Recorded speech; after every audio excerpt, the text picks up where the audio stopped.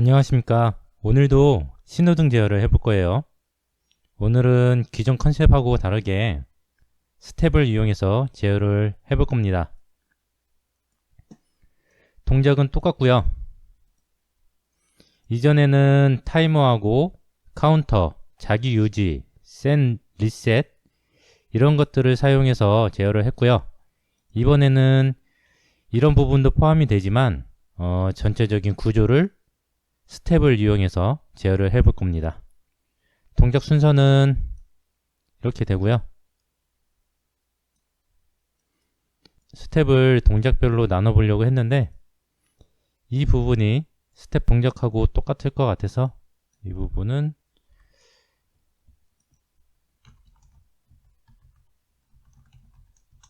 이렇게 사용하면 될 것 같습니다.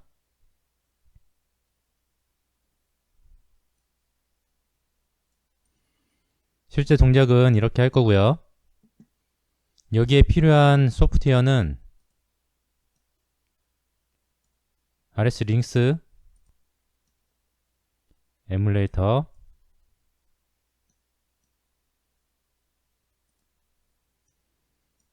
로직스 디자이너,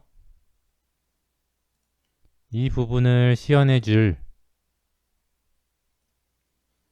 팩토리 토크뷰 스튜디오가 필요합니다.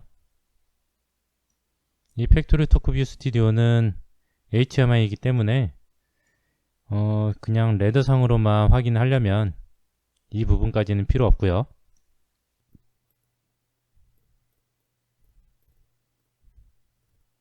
코딩을 해보겠습니다.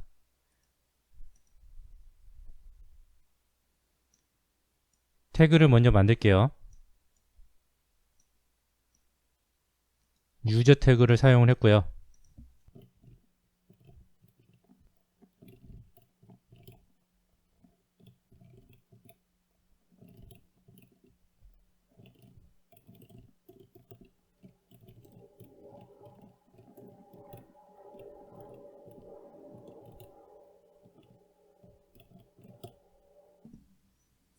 유저 태그의 요소는 이렇게 됩니다. 사용할 태그를 미리 만들어 놓을게요.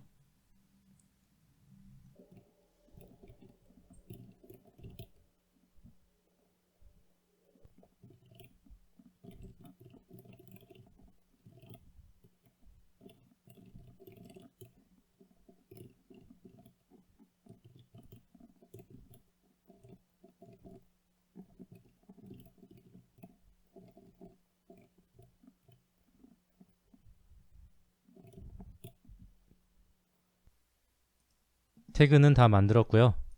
이제 사용할 루틴을 만들어 보겠습니다.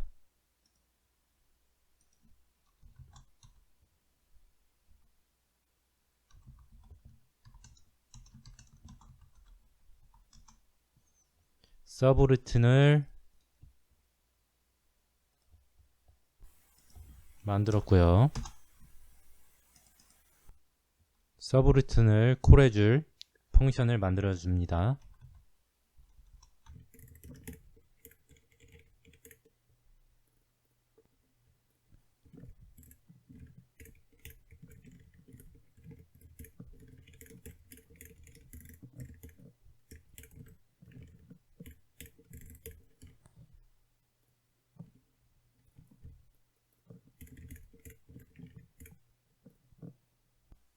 기본 자동 수동을 만들어 줬고요.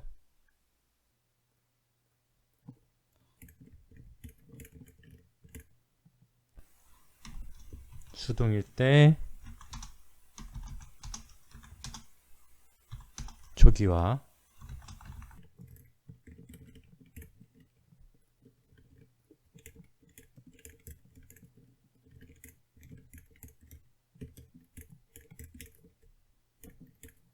자동일 때 스텝을 들어갈 수 있도록 첫 번째로 지정을 했습니다. 1번 스텝에서는 어떠한 동작을 하고 2번 스텝에서 어떤 동작을 하고 이렇게 스텝별로 동작을 구분을 해줘서 제어를 해주는 게 스텝 제어라고 합니다. 그래서 1번에는 적색 점등을 시켜주고요. 이 스텝 동작에 의해서 스텝별 상태와 그 스텝이 됐을 때 하는 동작들을 넣어 줄 겁니다.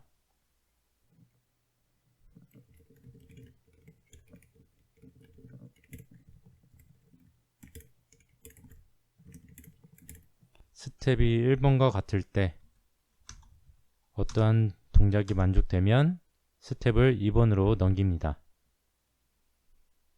1번 스텝에서는 적색이 모두 점등된 상태를 확인해야 되죠.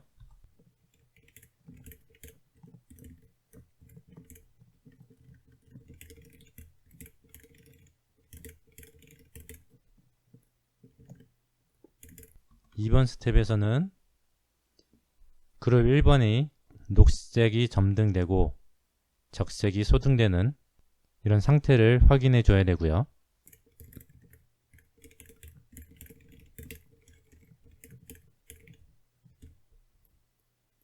녹색이 5초 동안 동작을 하고 있어야 되니까 여기서 타이머를 하나 쓰겠습니다.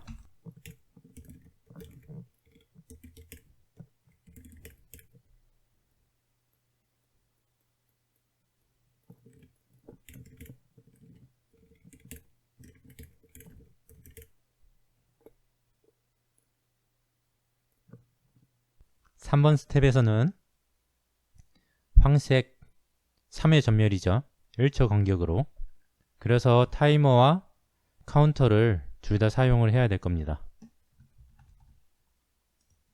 3번 스텝에선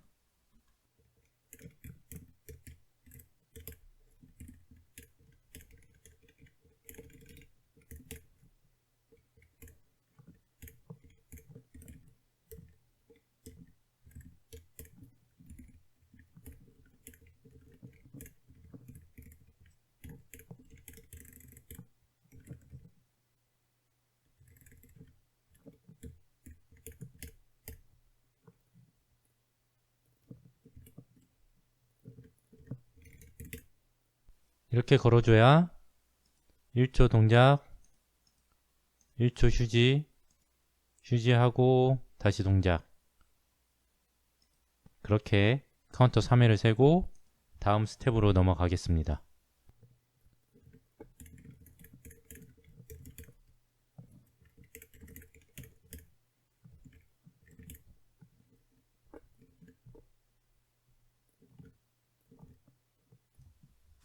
스텝 4번에서는 적색이 점등 후에 그룹을 2번으로 넘기는 것이죠.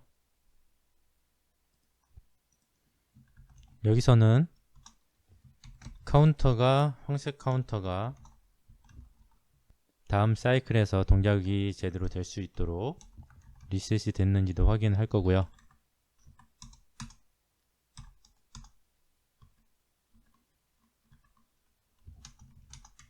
레드가 켜졌는지도 확인을 할 거고요.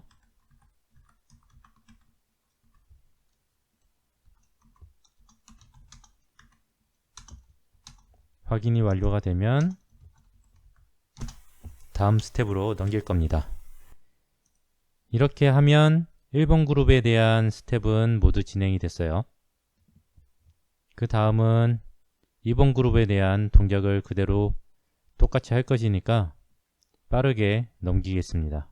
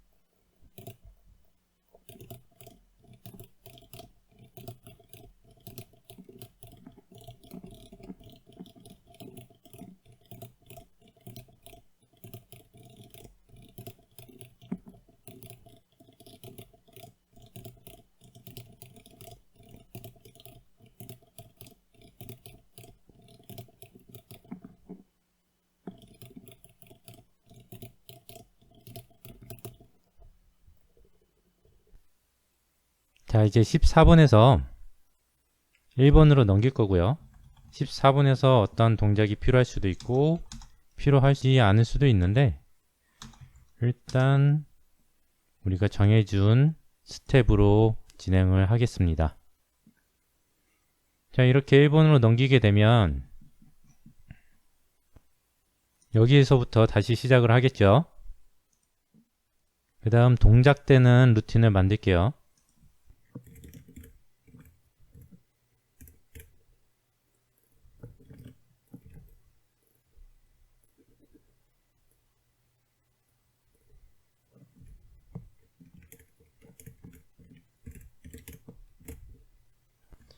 스텝 1번일 때 레드 등을 모두 점등하게 되어 있죠.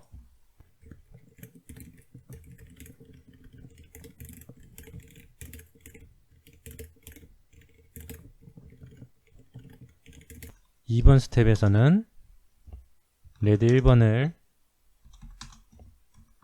꺼주고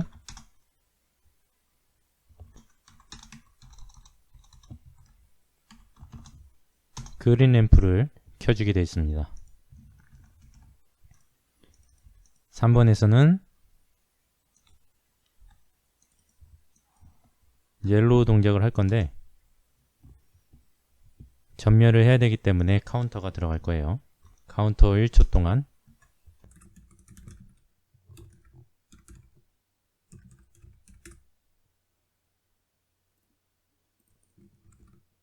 스텝 4번에서는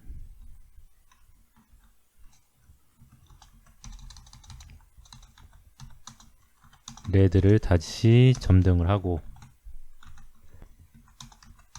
옐로우에서 3회셋 썼던 카운터도 리셋을 시킵니다.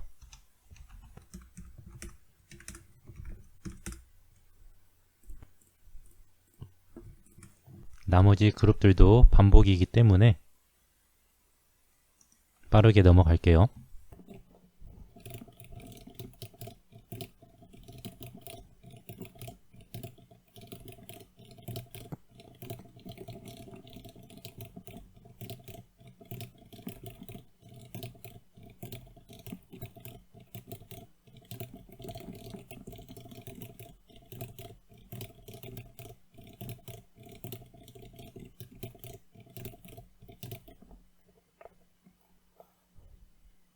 자, 여기까지 동작하는 것까지는 완료했고요. 자동이 정지가 됐을 때 리셋해주는 부분과 렛치 언렛치 부분, 이 부분을 초기화를 시켜줘야 됩니다. 그래야 재기동을 했을 때 동작이 꼬이지가 않아요.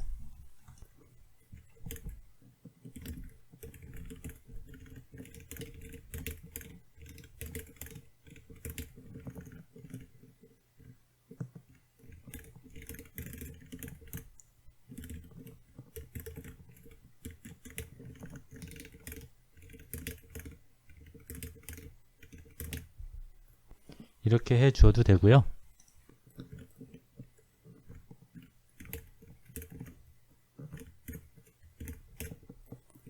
스텝 데이터가 0일 때 이렇게 동작을 시켜줘도 괜찮습니다. 실제 시연을 한번 해볼게요.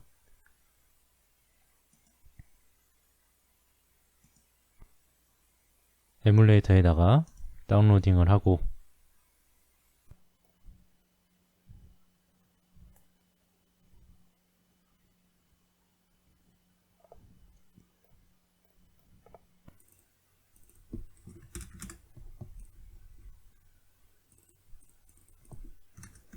이 부분이 좀 잘못된 것 같아요.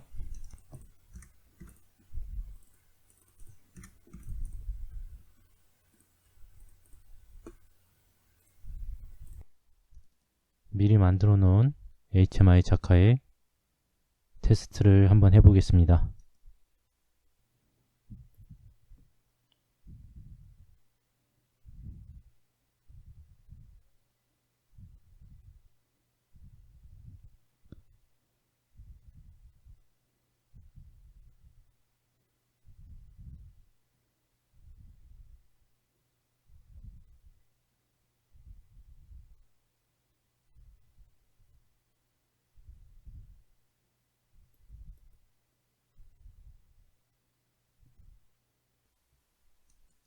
우리가 원하는 동작대로 잘 만들어졌고요.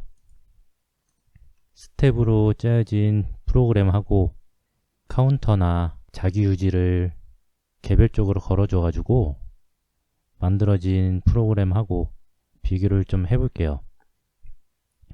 일단 스텝으로 짜여져 있는 프로그램은 이 스텝별로 동작 구간을 나누어 줬기 때문에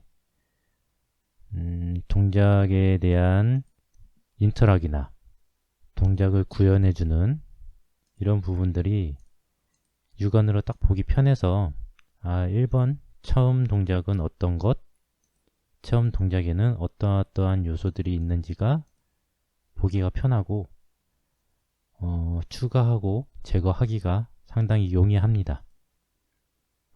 하지만 이런 부분처럼 정지를 했을 때 만약에 이 카운터가 리셋이 안 된 상태가 되면 이 황색불 이 3번 스텝이 들어왔을 때 황색불을 카운터하지 않고 벌써 카운터 숫자가 3이기 때문에 이 접점이 살아서 바로 4번 스텝으로 넘어가서 황색불은 들어오지 않게 될 겁니다. 그래서 어떠한 프로그램이든 간에 이런 초기화 부분은 좀 상당히 중요한데요. 특히 이 스텝 제어 부분은 초기화가 좀 잘 안되면 예기치 못한 동작이 크게 다가올 수가 있어요.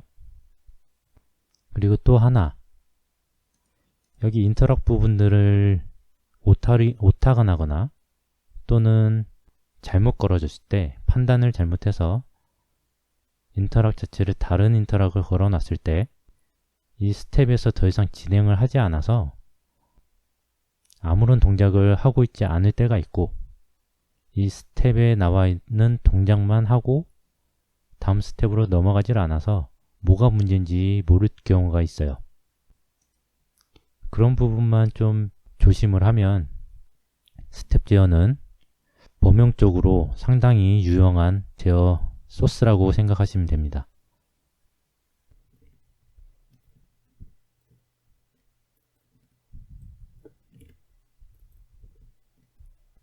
자, 이게 일반 카운터, 타이머, 자기 유지 이런 부분을 사용을 해서 만들어준 레드 프로그램입니다. 비교를 한번 쭉 해보세요. 어떤 게 더 보기 편하고 어떤 게 더 추가를 하거나 동작성을 변경을 했을 때 수월한지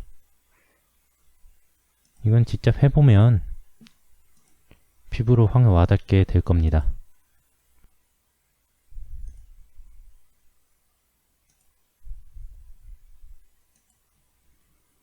그래서 조금 복잡한 프로그램이나 좀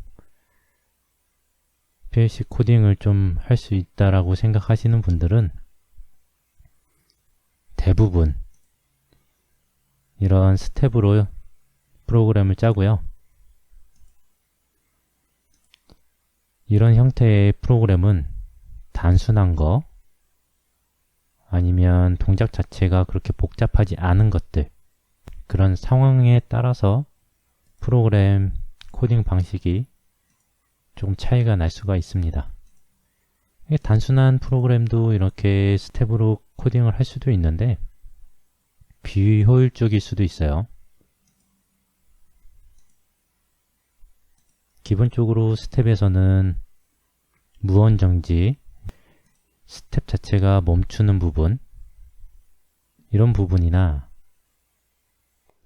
알람이 발생했을 때 초기화나 재기동되는 그런 기본적으로 들어가 줘야 되는 프로그램들이 깔려 있어요.